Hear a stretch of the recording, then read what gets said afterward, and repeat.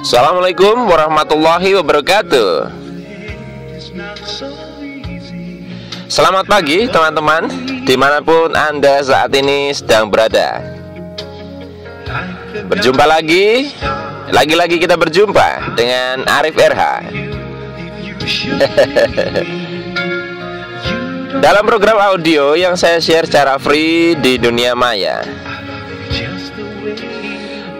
Sebuah lagu yang membuka perjumpaan kita pada pagi hari ini pukul 3 dini hari dari George Benson dengan judul Nothing's Gonna Change My Love For You. Tidak ada yang akan bisa merubah cintaku kepadamu. Sebuah lagu yang sangat pas sekali, sangat romantis.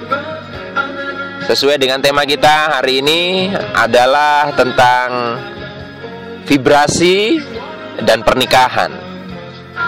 Saya tidak tahu apakah Anda menyukai tema ini atau tidak ya. Karena mungkin Anda saat ini posisinya sedang jomblo, Anda sedang masih sendiri yang sedang bertanya-tanya siapa pria atau wanita yang akan Anda nikahi ya. Tetapi intinya begini, materi ini untuk semuanya, untuk semua saja, baik yang sudah menikah, yang pernah menikah, dan juga yang belum menikah. Oke. Banyak orang berpikir bahwa yang namanya menikah hanya sekedar hanya sekedar untuk seksual. Ya, biasanya bujangan sangat liar imajinasinya tentang seksual. Bisa pria atau wanita sangat imajinasi soal itu. Atau motivasi yang lain saya tidak tahu ya. Nah, tapi sebenarnya kalau kita betul-betul mencermati, pernikahan adalah satu proses untuk mencapai puncak pencerahan. Iya. Jadi kemarin ya beberapa rekaman sebelumnya kita sudah membahas soal vibrasi force ya. Di situ ada beberapa getaran-getaran, ada vibrasi power dan sebagainya. Anda mungkin sudah mahir melakukannya sendirian karena saat sekarang mungkin bagi Anda yang sudah bujangan mahir, it's okay. Tetapi ketika Anda nanti menikah, Anda bisa kembali lagi dari nol. Jadi menikah adalah sarana yang lebih kondusif bagi kita untuk meningkatkan level penguasaan kita terhadap pengelolaan emosi dan pikiran. Dan tentunya ini nyangkut dengan vibrasi dong. Ya, banyak orang yang waktu bujangan begitu bijaksana, begitu tenang ya, ketika sudah menikah bisa berubah. Karena itu tadi kita sangat mudah untuk berjalan sendiri ya, mencapai sesuatu hal yang sangat pribadi, tapi ketika sudah melibatkan orang lain, ini sudah melibatkan banyak kepentingan ya. Minimal kalau Anda sudah menikah 2 kepentingan. Di situ muncul friksi atau gesekan karena apa? Mulai ada perbedaan. Nah, dan kalau kita amati, banyak nggak teman-teman di sekitar kita yang sebelum menikah dengan sesudah menikah mereka berubah drastis. Berubah drastis di sini bukan hanya dari segi status mereka ya, dari yang belum menikah di KTP jadi menikah. Bukan itu, tapi Anda perhatikan mungkin yang paling nampak adalah dulunya kurus ya, dulunya terlihat lusuh, setelah menikah tiba-tiba jadi rapi, tiba-tiba berat badannya naik ya, kayak saya setelah menikah. Berat badan saya dalam waktu 2 bulan naik 20 kilo. Ya, dulu berat badan saya 48 gitu ya, setelah itu bisa sampai 70. Ya, bisa mencapai berat badan ideal ya. Kata teman-teman susunya cocok. Oke, ya. Atau mungkin Anda melihat teman Anda yang dulu secara finansial dia semrawut kacau. Tapi tiba-tiba setelah menikah karirnya bagus. Anda perhatikan. Nah, tapi Anda mungkin juga muncul sebuah bantahan atau mungkin sebuah fenomena yang juga Anda lihat. Pak, saya punya teman dulunya itu gemuk, dulunya sehat, Setelah menikah dia malah kelihatan kurus, sakit-sakitan, menderita. Atau tadi terkait dengan finansial, dulu kelihatannya sangat mapan, setelah menikah kok jadinya kelihatan selalu kekurangan, selalu ada problem finansial. Anda jadi bertanya-tanya, mungkin bagi yang masih jomblo, jangan-jangan sebenarnya menikah itu membawa kita pada perubahan hidup yang lebih baik atau membawa kepada perubahan hidup yang lebih jelek. Nah, kembali lagi, pernikahan itu sendiri adalah satu momen yang sesungguhnya, kalau dalam pengalaman saya, itu bisa mengubah hidup menjadi lebih baik. Oke, lalu bagaimana kalau memang kita mau mengarahkan supaya pernikahan itu mengarah ke kehidupan yang lebih baik ya? Jadi, kita perlu mencek dulu, ini nyangkut dengan keyakinan ya. Keyakinan kita itu tentang pernikahan apa? Ingat ya, kalau misalkan kemarin yang kita bahas tentang keyakinan dan vibrasi, saat kita feel good dan feel bad itu adalah sebuah pesan kita dari keyakinan. Kalau Anda setiap mau menikah, memikirkan pernikahan, atau Anda yang sudah pernah menikah lalu ketika memutuskan mau menikah lagi ada feel yang gak enak, berarti ada sebuah keyakinan atau memori tertentu yang terekam di dalam diri Anda. Kalau bagi yang jomblo, mungkin ketika Anda mau menikah kok jadi gak enak gak enak di dada, berarti ada sebuah keyakinan di dalam diri Anda tentang pernikahan. Dan itu kalau feeling bad ya, feels bad, berarti Anda punya keyakinan yang buruk tentang pernikahan. Saya tidak tahu, mungkin Anda menganggap pernikahan itu akan akan merusak hidup Anda, akan menyulitkan, akan merepotkan. Itu diawali dari situ. Nah, karena begini, ketika Anda mengawali sebuah langkah menuju ke pernikahan ini lalu punya sebuah mindset, sudut pandang tentang pernikahan begitu, maka yang akan Anda hadirkan di dalam hidup Anda kan, karena Anda vibrasinya begitu terus, Anda akan menghadirkan jodoh ya, menghadirkan sosok wanita atau sosok pria yang akan sesuai dengan frekuensi Anda. Anda membayangkan nanti bakal begini, begitu yang jelek. Maka ketika Anda menikahi seseorang, ketemunya yang begitu. Tetapi ketika sebaliknya Anda punya suatu sudut pandang yang bahwa pernikahan itu bisa memperbaiki hidup dan sebagainya, berarti Anda akan juga menghadirkan yang seperti itu. Jadi bagi yang sekarang mungkin sudah menikah kemudian mengalami satu friksi dalam rumah tangganya yang tajam ya saya bilang. Jadi kalau 1 tahun awal itu setiap orang akan adaptasi.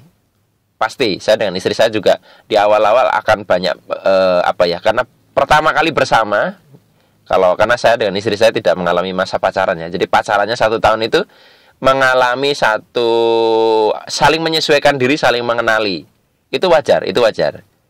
Tapi kalau berkepanjangan terjadi konflik yang cukup tajam, cek belief Anda. Ini nyangkut dengan materi yang beberapa hari sebelumnya yang kita rekaman, ya, yang kita bahas dalam rekaman. Nah, jadi benahi dulu belief Anda tentang pernikahan. Itu akan menentukan nanti Anda ketemu siapa, itu aja. Kalau sudah terlanjur, Pak, saya sudah terlanjur ya, Pak. Dulu saya menikah, belief saya keliru, ya. It's okay, tidak ada waktu terlambat. Anda bisa benahi sambil jalan sekarang. Dan tentunya yang dibenahi bukan hanya Anda. Jangan-jangan beliefnya istri Anda atau suami Anda pun sama, pasangan Anda. Dirubah bareng-bareng, vibrasi akan berubah, realita Anda akan berubah. Oke, nah, kalau yang jadi penghalang orang ketika awalnya mau menikah biasanya mindset tentang itu ya. Ada juga mungkin yang terkait dengan masalah mencari yang sempurna ya. Kalau dalam pengalaman saya banyak kok orang yang sudah merasa pasangannya sempurna setelah dinikahi, akhirnya juga berakhir kok. Artinya berakhir dalam arti banyak konflik, akhirnya pisah ya. Kemudian atau mungkin terlalu lama memegang prinsip itu, bagi dia orang nggak sempurna terus, akhirnya ya nggak nemu-nemu dong, karena dia terlalu selektif.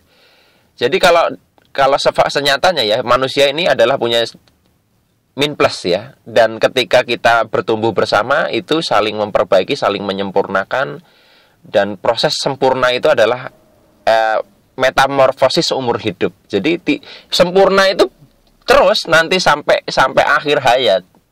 Jadi tidak ada yang namanya jodoh yang sempurna. Tetapi Anda bisa membuat satu kriteria yang setidaknya tidak menyulitkan hidup Anda sendiri dalam mencari pasangan hidup. Oke. Nah, mungkin juga ada sebuah pertanyaan, Pak, kalau jodoh saya itu sebenarnya siapa?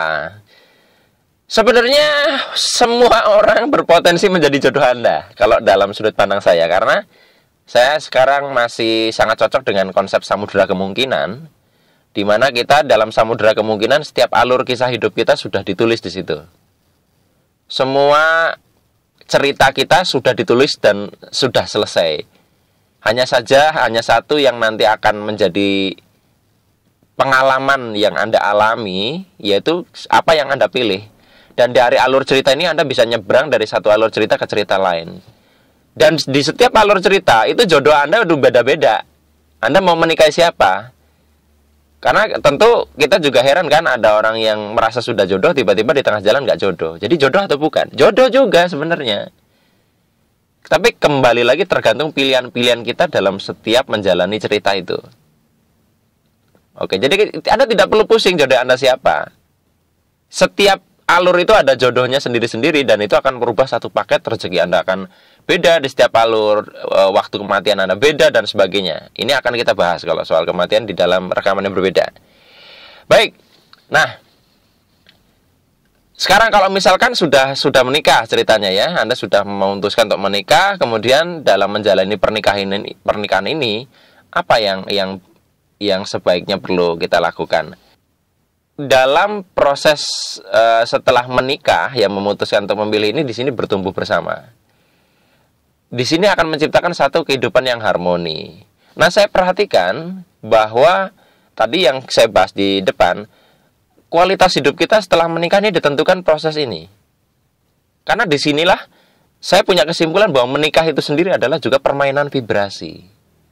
Kalau kita banyak bermain di wilayah vibrasinya yang force ketika kita menikah, maka hidup kita akan tidak baik. Ketika kita banyak bermain di wilayah power, maka hidup kita akan baik. Nah, jadi bagi Anda yang sudah menikah kemudian merasa kok karirnya seret ya, kemudian kesehatan Anda menurun, hubungan dengan sekeliling nggak bagus, banyak apesnya, Anda cek, pasti banyak permainan di wilayah vibrasi force dalam Anda membangun rumah tangga. Gini, jadi dalam berumah tangga, dalam kita menjalin hubungan dengan pasangan ya, dengan suami atau istri Anda, di situ pasti melibatkan emosi kan, pasti melibatkan pikiran. Ya, dalam keseharian Anda berkomunikasi dengan dia banyak apanya? Banyak marahnya? Atau banyak melekatnya? Atau Anda banyak cintanya? Dan sebagainya. Anda bisa cek lagi di tabel force dan power yang kemarin. Kalau misalkan Anda banyak bermain di wilayah yang tabel bawah, yang force, yang di tabel force, ya sudah, Anda tidak perlu mempertanyakan kenapa ya Pak, saya setelah menikah dengan dia kok hidup saya tidak baik. Bukan masalah menikah dengan dianya, tapi juga Anda bermain di vibrasi yang keliru. Ketambahan kalau dua-duanya bermain di vibrasi yang keliru. Menikah itu melipat gandakan rezeki kok. Saya sudah membuktikan sendiri, teman-teman saya juga sudah membuktikan. Meskipun ada yang juga sebaliknya, saya amati adalah karena berbeda wilayah. Kalau Anda sering bertengkar dengan istri, sedikit-sedikit cekcok, jadi persoalan, lah gimana hidupmu baik? Sementara doa adalah feeling. Anda di rumah nggak betah. Ingat ya, ketika vibrasi kita jelek, apalagi pria dan wanita ini kan sebenarnya mereka dari dua kutub yang berbeda, yin dan yang. Ketika bersatu seharusnya itu akan menciptakan satu pusaran energi yang lebih besar. Karena konsepnya di sini adalah sinergi, bukan 1 tambah 1 jadi 2, 1 tambah 1 jadi bisa lebih dari bisa 2, bisa 3, bisa 4, bahkan bisa min 1, min 2, min 10, tergantung sinergi yang Anda bangun. Nah, kalau sering force dua-duanya atau salah satu aja, maka ini bisa menutup juga aliran rezeki. Gitu loh. Tetapi kalau misalkan Anda bisa memanfaatkan sinergi atau penggabungan dua unsur kekuatan ini ya, yin dan yang ini, maka luar biasa perubahan dalam hidup Anda. Gitu lah. Nah, kemudian apalagi yang menjadi satu hal yang banyak orang mungkin luput dalam pernikahan. Ini saya agak ngomong yang 17 tahun ke atas sedikit ya. Tapi mudah-mudahan Anda bisa memahami apa yang saya maksudkan. Saya bukan bermaksud untuk porno ya.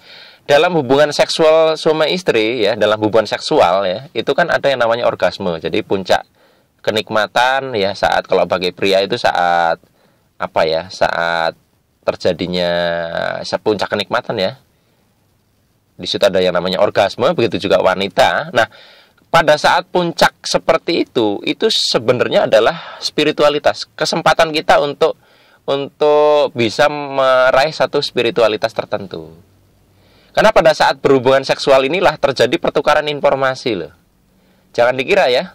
Makanya jangan heran apabila orang awalnya belum menikah ini kelihatan wajahnya beda, setelah menikah lama-lama seiring waktu kok lama-lama semakin mirip satu sama lain. Semakin ada garis wajah di satu dengan yang lainnya. Kalau lihat Pak A kok seperti ada wajahnya Bu A, kalau lihat wajahnya Bu A kok seperti wajahnya Pak A, gitu loh. Ada semacam bayang-bayang garis wajah seperti itu. Karena pada saat berhubungan seksual ini terjadi pertukaran informasi. Apalagi di situ kan ada emosi yang intens macam-macam. Jadi momen di saat orgasme ini luar biasa sebenarnya. Anda bisa manfaatkan itu. Jadi momen orgasme adalah salah satu contoh proses di mana kita masuk ke kesadaran yang lebih tinggi. Diperhatikan kalau saat orgasme kan ada satu getaran yang menjalar dari bawah ke atas naik ke ubun-ubun ya. Kalau kita bicara soal cakra ya, berarti dari cakra dasar naik ke cakra mahkota. Jadi pernikahan itu sendiri sebenarnya spiritual. Nah, ada sebuah mungkin pertanyaan, Pak, kalau berhubungan seks kan nggak harus dengan istri sendiri, ya. Anda bisa melakukannya dengan pelacur, dengan hal yang nggak sah ya. Nah, pernikahan sebenarnya tujuannya adalah begini, karena ada satu rahasia di balik hubungan seksual, ada satu spiritualitas di situ, itu juga permainan vibrasi. Maka pernikahan adalah satu ritual yang dimaksudkan untuk mewadahi supaya itu betul-betul bisa dimanfaatkan dengan baik. Saat Anda berhubungan seksual dengan si A, si B, si C, dan sebagainya, itu karena ngawur, ya ngawur, kita tidak tahu. Ingat, vibrasi Anda akan saling bertukar. Informasi dalam diri Anda akan saling bertukar. Kebayang kalau misalkan Anda melacur, ya, Anda melacur, di mana pelacur itu tentunya kan sudah dipakai oleh banyak pria yang juga nggak jelas. Dan kebayang kalau informasi itu juga masuk ke dalam diri Anda. Jadi, kalau kita kaitkan dengan DNA ya, saya pernah baca bahwa DNA itu bisa bertukar informasi. Sementara DNA adalah blueprint ya. Blueprint itu adalah boleh dibilang rancangan dasar dari kehidupan kita. Nah, kalau misalkan melakukan hubungan seksual dengan pasangan yang tidak sah, ini sebenarnya sangat riskan, sangat berbahaya. Gitu loh. Nah, bagi yang sudah menikah juga, ketika berhubungan seksual, apa yang Anda rasakan? Artinya, ketika melakukan hubungan seksual malah mikirin utang, mikirin yang ruwet-ruwet, itu bahaya. Ingat, pada saat terjadi orgasme, maka apa yang Anda pikirkan sebelumnya akan dilepaskan. Ingat, ketika dilepaskan justru akan jadi reality. Jadi pastikan ketika mau berhubungan seksual memang dalam kondisi yang baik. Karena itu bukan sekedar pelampiasan nafsu, tapi di situ sebuah prosesi ritual untuk mencapai kesadaran yang lebih tinggi. Jadi seperti kalau kita perhatikan kan bentuknya alat kelamin pria itu seperti kunci ya, sementara alat kelaminnya wanita seperti lubang kunci, sehingga seperti proses membuka pintu kesadaran yang lebih tinggi, teman-teman. Nah, bukan berarti terus berpikir seperti ini ya, wah kalau menikah saya bisa menambah sebuah perubahan hidup ya, meningkatkan kualitas hidup. Terus ini jadi pembenaran nih, kata-kata saya atau penjelasan saya dalam rekaman kali ini menjadi sebuah pembenaran. Wah Pak, berarti kalau istri satu hidup saya berubah, penghasilan saya jadi 30 juta sebulan atau sehari. Berarti kalau istri saya nambah satu lagi, hidup saya tambah baik. Belum tentu. Jangan jadikan ini pembenaran loh ya. Jadi Karena bisa saja pada saat Anda melakukan itu kan di awal niatnya apa? Niatnya sudah force atau power. Yang kedua, pada saat Anda melakukan itu, menikah lagi, istri pertama Anda, kalau dia tidak ikhlas, itu hidup Anda bisa rusak.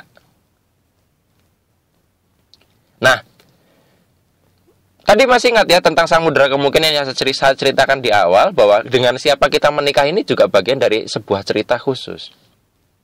Jadi kalau saya menikah dengan lain orang, belum tentu kisah hidup saya seperti ini. Gitu loh. Artinya, kita kalau misalnya nanti ketemu dengan orang yang tepat, itu akan masuk ke dalam suatu alur yang tepat juga. Ini juga berarti ketika misalkan baik Anda pria atau wanita yang kemudian setelah menikah kemudian mereka sukses luar biasa, Anda nggak boleh sombong. Mungkin Anda berpikir itu adalah hasil kerja keras Anda, skill Anda, karya Anda. Tapi persoalannya adalah kalau Anda menikah dengan orang lain, belum tentu Anda seperti itu. Jadi ada kontribusi blueprint dari pasangan Anda. Yang istri tidak boleh sombong atas prestasinya kalau misalkan wanita karir. Karena setelah menikah dengan suaminya, itulah yang membuat karirnya juga lancar. Dan sebaliknya, kadang kan mentang-mentang ya, si suami merasa lebih sukses atau si istri, dan mereka berpikir bahwa itu adalah hasil mereka sendiri. Itu tidak betul. Bisa merubah hidup, bisa merubah alur hidupnya Anda. Kalau Anda menikah dengan orang yang salah, bisa jadi Anda mengalami alur cerita yang tidak enak juga, yang sebaliknya, yang belum tentu lebih baik daripada sebelum Anda menikah. Itu dia. Nah, jadi teman-teman, menikah adalah proses di mana kita melatih diri kita dari kesadaran yang rendah menuju kesadaran yang lebih tinggi. Karena di situ kita akan melatih untuk menjadi satu dengan menjadi satu dengan sesuatu yang secara physically ada di luar diri kita. Nah, kalau Anda mau menyimak ceritanya Pak Habibie ya dan Ibu Ainun, itu luar biasa. Itu saya nonton video beliau waktu diundang dalam sebuah acara motivasi. Beliau sharing tentang perjalanan hidup beliau luar biasa. Sebelum menikah, saat menikah, sampai sudah menikah, perubahan hidupnya luar biasa. Itu waktu itu menikah dengan Ibu Ainun dan ya si Pak Habibie ini, dia yang tadinya tidak punya apa-apa bisa sampai punya rumah di Jerman dengan luas 1,5 hektar, kebayang nggak sih di Jerman, dengan peralatan lengkap, ada fasilitas, ada kolam renang dan sebagainya. Artinya sinergi pria dan wanita ini keren sebenarnya. Oke, ya jadi bagi Anda yang belum menikah, masih ketar-ketir soal finansial dan sebagainya, ya, Anda tidak perlu takut, karena menikah ini ketika Anda banyak main di vibrasinya power, nanti hidup Anda berubah kok. Bagi Anda yang sudah hidupnya sudah mapan sebelum menikah, Anda juga tidak boleh sombong juga ya, karena menikah ini kalau Anda nanti banyak main di force, Anda bisa habis itu kekayaan. Jadi nggak penting dari mana Anda start, tapi saat menjalani ini vibrasinya seperti apa yang Anda bangun selama pernikahan. Seperti itu. Dan lagian kalau misalkan gini, saya kenapa banyak ngomong soal finansial, rata-rata pria merasa nggak siap menikah itu dalam bagian ini. Percaya deh, kalau menunggu siap untuk urusan menikah itu selalu banyak nggak siapnya kok. Anda misalkan mensyaratkan nanti saya kalau mau menikah kalau sudah punya uang segini ya, Anda amati nanti punya uang segitu, Anda merasa belum siap lagi, kayaknya kurang banyak deh. Terus begitu, nanti kalau merasa uangnya sudah cukup pun nanti ada yang lain, saya belum siap ini, saya belum siap itu, dan sebagainya, nggak selesai. Sama seperti wanita juga, akan ada ketidaksiapan masing-masing. Jadi berdamai aja dengan keadaan itu. Niatnya baik, menjalaninya bareng-bareng sampai ending. Seperti itu. Baik teman-teman, jadi kita bisa simpulkan bahwa ada sebuah hubungan yang sangat kuat antara pernikahan dan vibrasi. Oleh karenanya pernikahan sangat dianjurkan. Bahkan sangat penting. Ada, kalau contohnya dalam agama saya, Islam, pernikahan ini disebut sebagai separuh dari agama. Kebayang ya? Jadi ketika seseorang menikah, sempurnalah agamanya. Karena memang praktek-praktek agama itu akan menjadi sempurna ketika sudah ada istri atau suami dan sebagainya. Tapi misalnya ya, Anda memutuskan untuk melajang ya, saya juga tidak akan menyalahkan Anda, tapi sadari betul kalau Anda bisa kesadarannya luar biasa saat melajang, dengan melajang, bisa kebayang pada saat Anda memutuskan untuk menikah dan berproses dengan baik, pasti kesadaran Anda lebih tinggi lagi. Kuncinya di situ, dalam tanda kutip, berproses dengan baik bersama-sama di dalam proses pernikahan itu. Baik teman-teman, hanya ini yang bisa saya sampaikan pada kesempatan kali ini. Bagi Anda yang masih tertarik untuk membahas tentang topik ini, Anda bisa mampir ke website saya, http://ikhlaspasrah.com, http://ikhlaspasrah.com, nyambung ya. Atau Anda bisa bersahabat dengan saya di Facebook saya, Arif RH ya, Arif spasi RH. Karena pertemanan saya sudah limit, jadi Anda bisa memanfaatkan fasilitas follow ya di Facebook ya. Kita bisa chat mungkin di situ, kita bisa diskusi di wall. Dan inilah akhir dari perjumpaan kita pada kesempatan hari ini. Mohon maaf apabila ada kata-kata yang kurang berkenan di hati Anda. Kita ketemu lagi di rekaman yang selanjutnya. Saya akhiri. Billahi taufik wal hidayah. Wassalamualaikum warahmatullahi wabarakatuh.